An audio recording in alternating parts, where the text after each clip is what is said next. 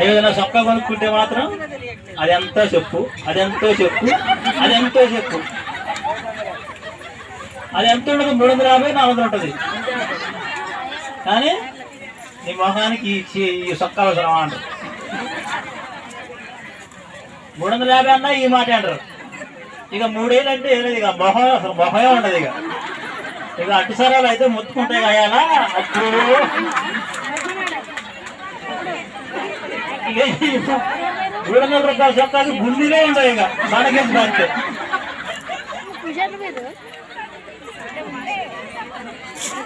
ఒక్క చొక్కా గుండీలు ఉండవు. ఇక అది 300 రూపాయల చొక్కా కానీ 350 రూపాయల చొక్కా కానీ.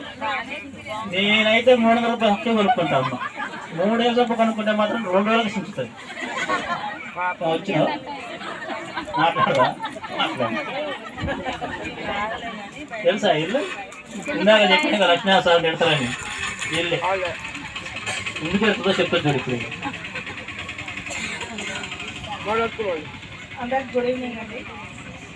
మాదే మోడల్ హాస్టల్. ఇందాక సార్ చెప్పింది మోడల్ హాస్టల్లో జీతాలు చాలా తక్కువ, కానీ 10 years నుంచి చేస్తున్నామండి.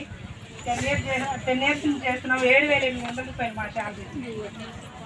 నైట్ డ్యూటీలు వచ్చేసి కేజీబీ వాళ్ళలాగా ఎక్కువ స్టాఫ్ ఉండదు, మాకు ముగ్గురమే ఉంటాం కదా. ఆ ముగ్గురము ఒకరోజు ఏఎన్ఎం వాచ్మెన్, ఒకరోజు కేర్ టేకర్ వాచ్మెన్. వాచ్మెన్కి ఏమైనా ప్రాబ్లం ఉందనంటే ఎవరో ఒకరు ఖచ్చితంగా ఉంటారు, ఏఎన్ఎం కానీ కేర్ టేకర్. కానీ అక్కడ ఎట్లుంటుందంటే మేడం, మీరు మా ఆత్మకూరులో వర్షం వచ్చిందంటే చెరువే అండి. నిజంగా చెల్లనే కట్టిద్దాం. చెరువు మొత్తం నిండిపోయి ఎట్లా కనిపిస్తుంది అంటే నాగార్జున సాగర్ చూసినట్టు ఉంటుంది. అంత చెరువు లాగుంటుంది. మా మేడం తెలుసు, మా ఎస్ఆర్ మేడం తెలుసు. అందులో ఒక వీడియో తీసినండి. అందులో పాములు తిరుగుతుంటాయి. పిల్లలందరూ మేము అందరూ ఇట్లా ముందు నిలబడి చూస్తే పాములు వస్తుంటాయి. మేడం వాళ్ళు ఇట్లా ఇట్లా కట్టుకొని పాములు వస్తున్నాయి మేడం, ఏమన్నా ఉంటాయో ఏమో, పాములు వస్తున్నాయి, ఏం కాదులేదు, ఆగండి అని వాళ్ళకి భయం లేకుండా చెప్పి నేను ఏనమ్మనండి. వాళ్ళని భయపెట్టకుండా మళ్ళీ నైట్ అయిందంటే నైట్ డ్యూటీ చేసిందంటే రూమ్లోకి అడిగి పోయి బెడ్షీట్లు మొత్తం దులిపించుకొని రూమ్లోకి ఏమైనా పాములు చేరినాయా, ఏమైనా తేళ్ళు వచ్చినాయా, ఏమొచ్చినాయి అన్నీ గమనించుకొని వాళ్ళని అట్లా కంటికి రెప్పలాగా చూసుకోవాలి. 10 years నుంచి ఇదే శాలరీతో చేస్తున్నాం. ఫస్ట్ 6,000 మా శాలరీ. అయితే మాకు పేరువల్ లేదండి, పేరువల్ లేదు. హాస్టల్ అకౌంట్లో నుంచే మాకు శాలరీ పడతాయి.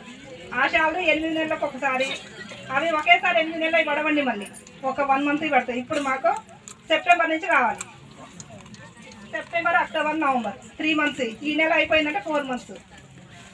ఇట్లా ఉందండి. ఇంత దీనస్థితిలో ఉంది. చేయాలన్నా ఊడవిక్కోవాలని మీమాంసలో ఏమంటారు ఆలోచించుకుంటున్నాం.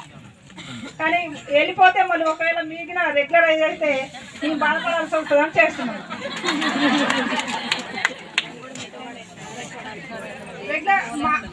మేమైతే మీ అందరికీ కావాలని కోరుకుంటున్నాము. మాకు పేరువల్ ఒకటి కావాలి ఫస్ట్. ఈ పేరువల్ మన సార్ సీఎం గారు మనకు రెగ్యులరైజ్ చేసే లోపు మాకు పేరువల్ అయితే మిగిలిన మీ దాంట్లో కలవాలని చాలా ఆశపడుతున్నారని మా వాళ్ళందరూ. మా వాళ్ళు మాత్రం స్టాఫ్ ఉన్నది 6 కాబట్టి ఒక్కొక్క సెంటర్ నుంచి ఒక్కొక్కలాగా వస్తున్నామండి. పేరువల్ అవుతుంది అంటే మాత్రం 6 వస్తాం. పేరువల్ సార్ చేస్తే పేరువల్ చేయాలని కోరుకున్నాం. మీరు రిక్వెస్ట్ చేయండి మేడం సార్. తప్పకుండా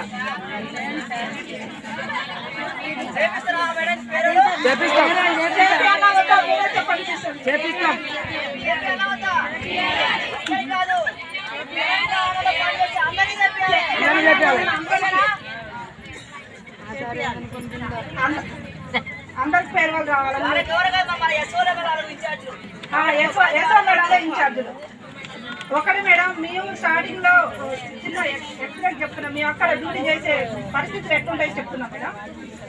మేము జాయిన్ అయిన స్టార్టింగ్ లో మాకు ఎస్ఓలు మేడం వాళ్ళు ఒక 3 years నుంచి వచ్చింది. మాకు అది వరకు ప్రిన్సిపల్స్ ఉండే, వాళ్ళ ఆధ్వర్యం జరిగేది. అయితే ఏమైందంటే స్కూల్కి వచ్చే పిల్లలు ఆటో వెళ్ళిపోతుంది మేడం. ఈవినింగ్ డేస్ ఉంటారు కదా, డేస్ కల్లా వెళ్ళిపోతున్నారు. ఆటో ఆత్మకూరు నిమ్మికల్ మధ్యలో ఉండే రోడ్డు మీద యాక్సిడెంట్ అయింది. యాక్సిడెంట్ అయితే ఒక పాప 6th class అమ్మాయి డెత్ అయింది, స్పాట్ డెత్ అయింది. ఇంకొక అబ్బాయికి బాగా దెబ్బలు తగిలినాయి. మా ప్రిన్సిపల్ మేడం ఏమన్నారు, అక్కడ పిల్లలకు దెబ్బలు తగిలినాయి, మీరు ఇక్కడే ఉండాలి అని కేర్ టేకర్ని నన్ను అప్పుడు వాచ్మెన్ మగ మనిషి ఉండే ఒక ఆయన జాన్వి అని ఆయన ఉండే మమ్మల్ని 24 గంటలు అంటే ఒక 1 మంత్ మొత్తం ఇంటికి పోలేదండి. ఇది రియల్ అండి. ఇక్కడ మా దాంట్లో మోడల్ చేసే వాళ్ళందరికీ తెలిసి ఈ విషయం. ఒక 1 మంత్ వరకు ఇంటి ముఖం చూడలేదు. అక్కడనే ఇక తినడం అక్కడనే, స్నానం అక్కడనే, పండుకోవడం అక్కడనే, ఉండడం అక్కడనే. అట్లా ఆ ప్రిన్సిపాల్ ఉన్నన్ని రోజులు మొన్న కరోనా వచ్చే వరకు కనుక మేము అదే విధంగా చేసినాం డ్యూటీలు. ఇంకో కేర్ టేకర్ మేడం ఉండే. ఆ మేడం ఉన్న ఊళ్ళనే పక్కనే ఉంటది, ఇల్లు కొద్ది దూరంలో ఉంటది. ఆ మేడం పిల్లలు లేరు. 13 years అంటే 13 సంవత్సరాలు ఆ మేడం మ్యారేజ్ అయ్యి పిల్లలు లేరు. మేడం అక్కడికి పోయి నైట్ నేను చేస్తాను మేడం. ఆ మేడం బదులు నేను ఉంటున్నా కదా, నేను వాచ్మెన్ ఉంటున్నాను, నేను చేస్తాను మేడం అని అంటే అసలు లీవ్ ఇవ్వలేదండి. ఆ నైట్ కనీసం పండుకొని ఇంటికి పోయి పండుకొని రావడానికి ఆమెకు పర్మిషన్ ఇవ్వలే. అలాంటి పరిస్థితుల నుంచి 10 సంవత్సరాల నుంచి ఇదే కష్టం మేడం మాకు. ఇంట్లో వాళ్ళు ఏమంటారు, పొద్దుడు పూట 100 రూపాయలు, నైట్ 100 రూపాయలు, 200 రూపాయలు కూలీ చేస్తారు మీరని ఇంట్లో ఫ్యామిలీ ఇన్సల్ట్ చేస్తారు మమ్మల్ని. ఇలా సార్ అన్నారు శాలరీ ఎక్కువ ఉంటే ఇంట్లో గౌరవం ఇస్తారని. అది వాస్తవం అండి. ఈ జీతం ఎప్పుడు నెలలకు వస్తుందా అన్నా మనం బెదిరియడానికి ఉండదు. ఒక చీర కొనుక్కున్నామన్నా హస్బెండ్ అడగాల్సిందే.